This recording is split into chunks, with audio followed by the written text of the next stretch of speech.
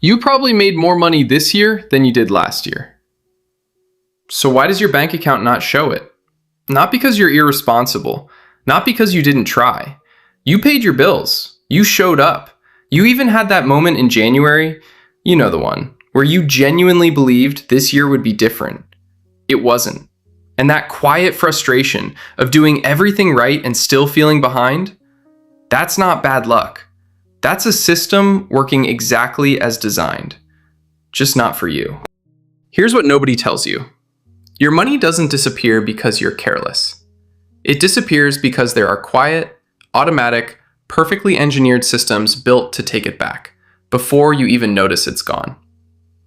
And the most uncomfortable part? You approved all of it. Every charge, every upgrade, every just this once. You clicked confirm. You signed up. You said yes. Enthusiastically sometimes. You work 40, 50, sometimes 60 hours a week. You get a raise, you feel good for about 2 weeks, and then somehow you're back to the same feeling. Same tightness, same, I'll start saving next month. That's not a discipline problem. That's a design problem. Today, we're going to name exactly 3 systems that are draining your account right now. And the most unsettling thing about all 3 is how completely reasonable they felt when you agreed to them. Let's start with the one hiding in plain sight.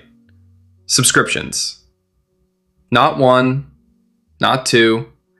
The average American household is paying for 12 to 15 subscriptions every single month and can only name about half of them when asked. Here's a story that might sound familiar. You're checking your bank statement, not because you want to, because something feels off. And you see a charge, $14.99. You have absolutely no idea what it is. You Google it. It's a meditation app.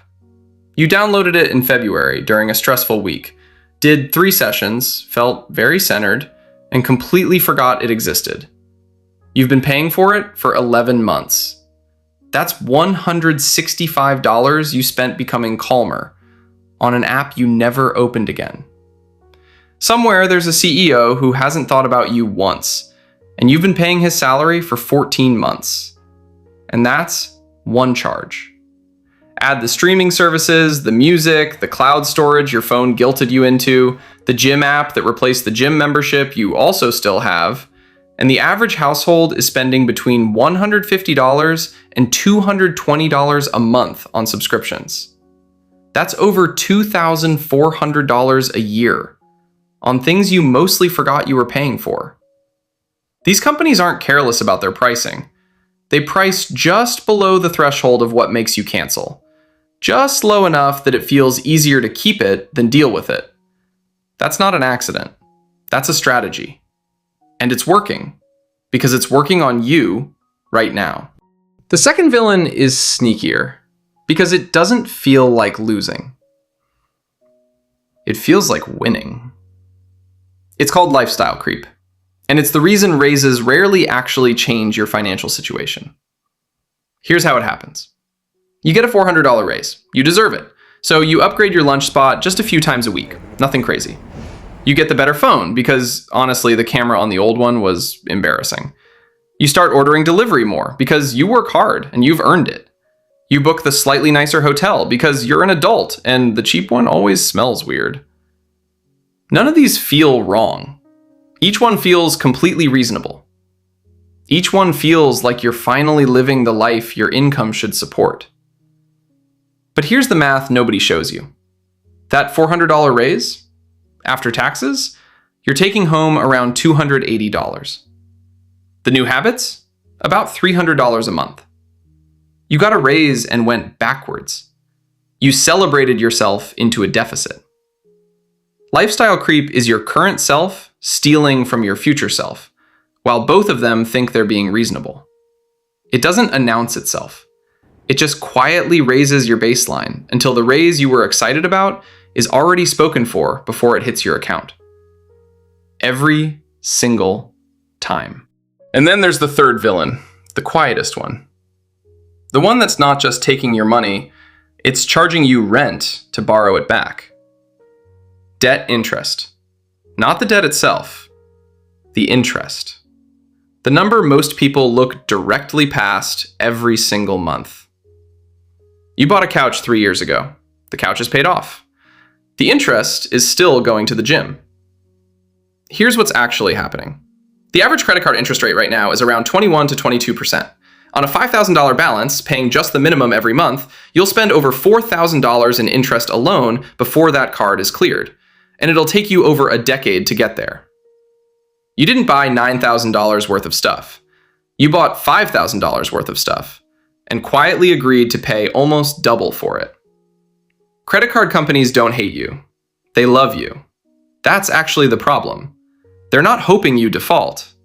They're hoping you stay exactly where you are, making the minimum payment, feeling responsible, never quite getting ahead. That's the most profitable version of you. So now you've got subscriptions bleeding you monthly, lifestyle creep eating your raises, and debt interest turning yesterday's purchases into tomorrow's penalty. 3 systems, all running at the same time, all approved by you. And underneath all 3, quietly making everything worse, inflation is eroding whatever's left. Groceries, insurance, gas. You didn't choose that. Nobody asked. It just happened while you were busy approving everything else. So while you're fighting 3 separate drains, the ground is shifting under you at the same time.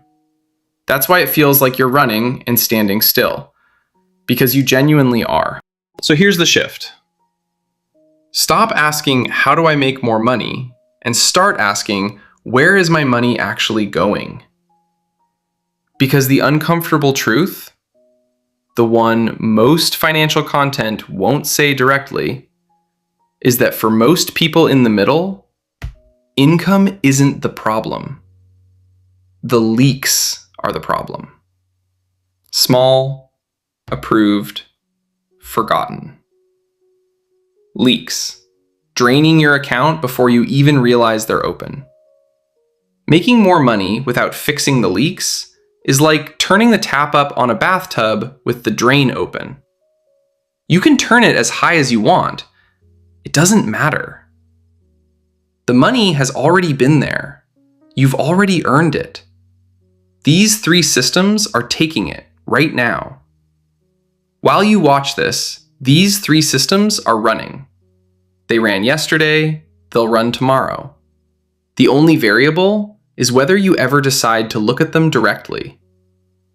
Most people don't. Not because they can't, because looking means admitting the drain was open the whole time. And that's an uncomfortable thing to know about yourself. But now you know. What you do with that is entirely up to you.